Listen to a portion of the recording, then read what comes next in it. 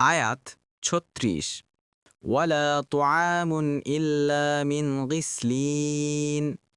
অনুবাদ, আর কোনো খাদ্য থাকবে না ক্ষত নিঃসৃত স্রাব ছাড়া। আয়াত ৩৭ লা ইয়াকুলুহু ইল্লাল খাতিউন। অনুবাদ, যা অপরাধী ছাড়া কেউ খাবে না।